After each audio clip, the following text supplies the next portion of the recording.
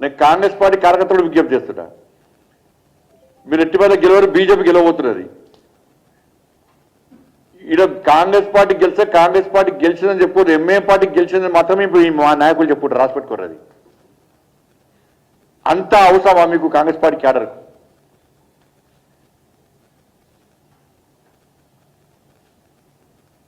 కానీ BRS party ఇప్పుడు వాళ్ళు లొల్లి స్టార్ట్ అయింది. మాగంటి గోపీనాథ్ ఇవాళ కొంతమందికి 2 భార్యలు ఉంటున్నారు, 4 పిల్లలు ఉంటున్నారు. కానీ తల్లి ఒక్కతే ఉంటుంది. అన్న తల్లి ఒక్కతే ఉంటుంది. ఇన్ని సంవత్సరాలు పెంచి పోషించిన తల్లికి ఇలా సొంత కొడుకును హాస్పిటల్లో చూసుకోలేని పరిస్థితి తీసుకొస్తే ఆ తల్లి ఎంత తల్లడిల్లాలే, ఎంత బాధ అనుభవిస్తుందో ఇవాళ ఇన్ని రోజులు ఈ సమాజాన్ని తెలియలే. సరే, ఆ తెర వెనుక ఎవరున్నారో మనకు సంబంధం లేదు.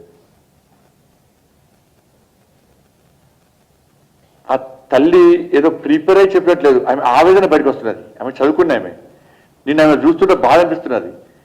ఇవాళ తెలంగాణ మొత్తం కూడా కోడే కూస్తున్నది. అరే పాపం, తల్లికి సొంత కొడుకును చూపెట్టారా? ఇంకా తల్లికి చూపెట్టకుంటే, భార్యకు చూపెట్టకుంటే, కొడుకుకు చూపెట్టకుంటే ఇంకెవరు చూపెడతారు? దీని వెనుక జరిగిన తతంగం ఏంది?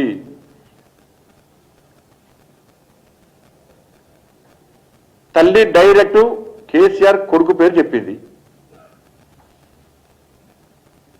నా కొడుకు మరణము ఒక మిస్టరీ అన్నది. ఏంటి అది? ఆ రోజే చనిపోయిందా? అంతకంటే ముందే చనిపోయిందా? కొంతమంది కోసము లేట్గా అనౌన్స్ చేసి డిక్లేర్ చేసిరా?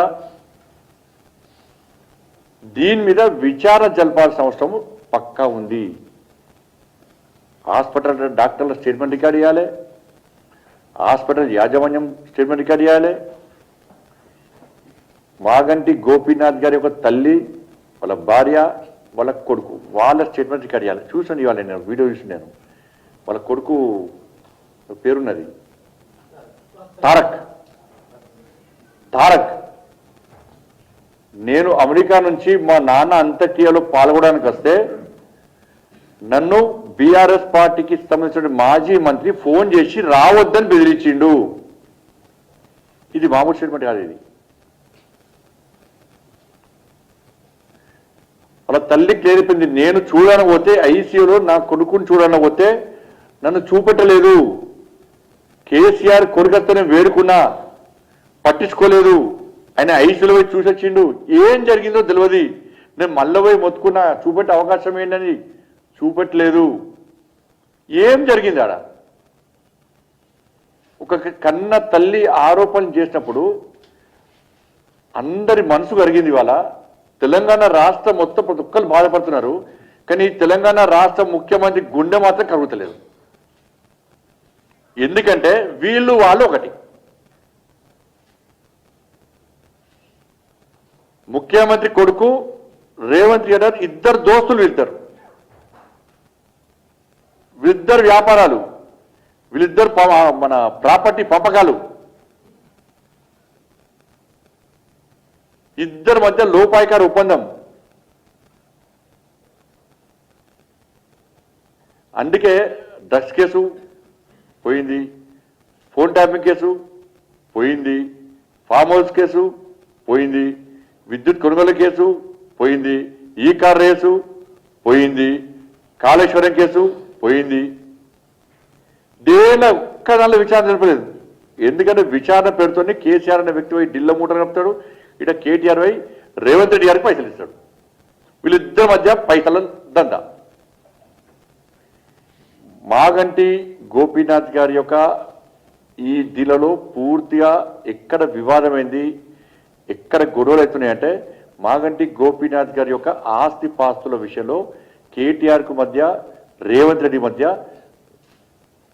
గొడవలు స్టార్ట్ అయినాయి. ఆస్తి పంపకాల విషయంలో మాత్రమే వీళ్ళిద్దరి మధ్య గొడవలు స్టార్ట్ అయినాయి. ఇద్దరి మధ్య పగడు పట్టింపులు పెరిగిపోతున్నాయి. ఇది 100% వాస్తవము. మాగంటి గోపీనాథ్ గారు చనిపోకముందే చనిపోయిన తర్వాత కానీ ఆయన ఆస్తులను వీళ్ళిద్దరు పంచుకున్నారు. ఇది కాదని చెప్పండి. వీళ్ళిద్దరు పంచుకున్నారు. మాగంటి గోపీనాథ్ గారి ఆస్తులు ఎన్నున్నాయి, ఎవరి పేరు మీదకి ట్రాన్స్ఫర్ అయినాయి, ఎట్లా ట్రాన్స్ఫర్ అయినాయి, గొడవ ఎక్కడ జరిగింది, వాళ్ళ తల్లి గారు కానీ వాళ్ళ భార్య కానీ వాళ్ళ కొడుకుకు చెప్పేటువంటి ఆరోపణల మీద విచారణ చేసే దమ్ము రేవంత్ రెడ్డి సర్కార్కు ఉందా?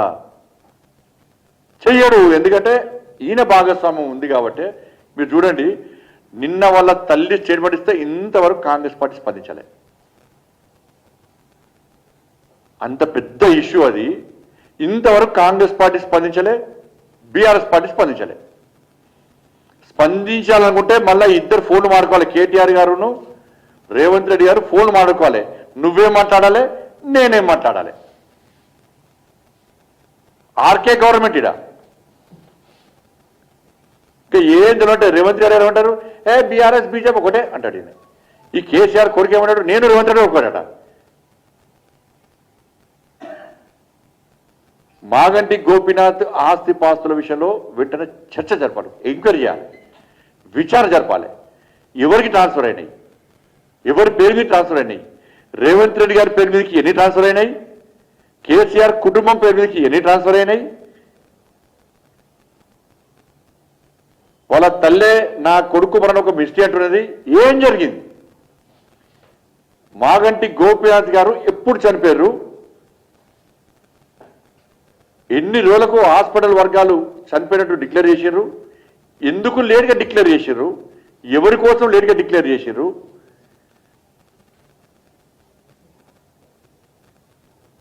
దీని మీద పక్కా విచారణ జరగాలి. దీని కాంగ్రెస్ బీఆర్ఎస్ మధ్య ఆస్తి పంపకాల విషయంలో ఎవడన్నా ఆస్తి పంపకాల్లో కుటుంబ సభ్యులు కొట్లాడుకుంటారు ఎవడన్నా. కానీ ఇక్కడ ఆస్తి పంపకాలు కేసీఆర్ను మన కేటీఆర్ను రేవంత్ రెడ్డి కొట్లాడుకుంటున్నారు.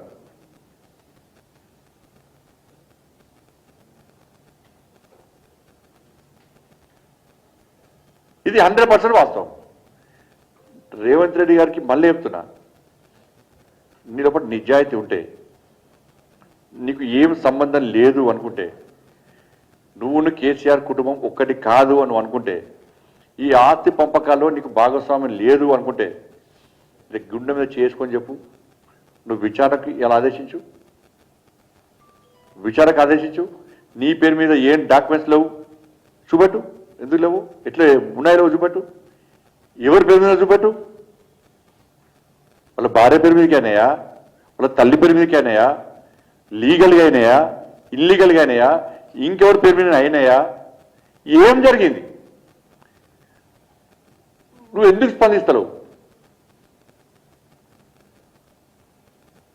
కానీ జూబ్లీహిల్స్ ఓటర్ మహాశయుల విజ్ఞప్తి చేస్తున్నా, ఇదంతా కూడా గోపీనాథ్ గారి యొక్క మరణం ఒకటైతే ఆ మరణం పేరు మీద సింపతి గెయిన్ చేసుకొని గెలవడానికి వీళ్ళు ప్రయత్నం చేస్తున్నారు. పోటా పోటీ పడి వాళ్ళు ఒక భార్యకి సపోర్ట్ చేస్తారు, ఇంకోళ్ళు ఇంకో భార్యకి సపోర్ట్ చేస్తారు. కాంగ్రెస్ పార్టీ ఒక భార్యకి సపోర్ట్ చేస్తుంది, బీఆర్ఎస్ పార్టీ ఇంకో భార్యకి సపోర్ట్ చేస్తారు, సింపతి గెయిన్ చేసుకోవడానికి. దీని ద్వారా ఓట్లు వండే ప్రయత్నం చేస్తున్నారు. దీనికి కారణం ఏంటంటే వాటాలు వస్తాయి. ఒక భార్యకు కొంత వాటా వస్తుంది, ఇంకో భార్యకి ఇంకో వాటా వస్తుంది. దీనిలో వీళ్ళ కమిషన్ వీళ్ళు, వాళ్ళ కమిషన్ వాళ్ళు. ఇది జరిగేది ఇది.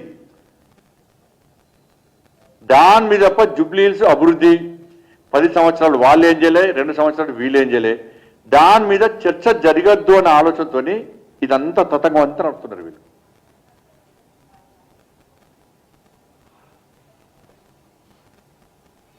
ఇట్లా గెలవాలని చెప్పి ఇలా ముస్లింలందరూ ఓటు బ్యాంక్గా మార్చి అట్లా గెలవాలని చెప్పి కాంగ్రెస్ పార్టీ ప్రయత్నం.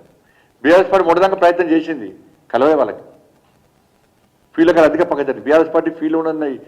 బీఆర్ఎస్ పార్టీకి సంబంధించిన కార్యకర్తలు, నాయకులు, బయటికి వచ్చిన నాయకులు ఎవరు కూడా మాగంటి సునీత గారు ఎవరు తిరుగుతలేరు, ఎక్కడ కూడా ఎక్కడ తిరుగుతలేరు.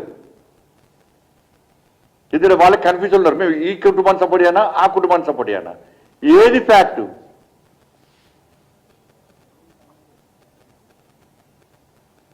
ఈ కన్ఫ్యూజన్ ఉండరు బట్టి బీఆర్ఎస్ పార్టీకి వాళ్ళ కుటుంబ సభ్యులు చేస్తలేదు. అంతా సోషల్ మీడియా సర్వేల పేరుతోని చేస్తున్నారు. కాబట్టి ఇవన్నీ విషయంలో రాష్ట్ర ప్రభుత్వాన్ని మళ్ళీ డిమాండ్ చేస్తున్నారు. మీరు విచారణకు ఆదేశించకుంటే ఇలా జుబ్లీస్లో ఇలా మీ రెండు పార్టీలకు గుణపాఠం చెప్పడానికి ప్రజలు సిద్ధంగా ఉన్నారు. భారతీయ జనతా పార్టీ కార్యకర్తలు కష్టపడి పనిచేస్తున్నారు. ప్రజలు మాకు ఓట్లేయడానికి సిద్ధంగా ఉన్నారు. ఎట్టి బస్సులో ఈ 3 రోజుల లోపల మొత్తం ఎన్నికల వాతావరణం మొత్తం మారబోతున్నది. సర్వేల అంచనాలు తలకిందులు కాబోతున్నాయి. ఎందుకంటే హర్యానాలో బీజేపీ గవర్నమెంట్ రాదన్నారు, వచ్చింది.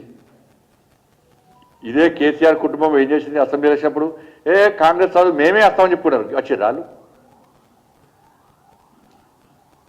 రేవంత్ రెడ్డి గారి ప్రభుత్వం, కాంగ్రెస్ పార్టీ ప్రభుత్వం అసలు ఎన్నికలు మనం గెలవనిచ్చు వాళ్ళు గెలవలేదా?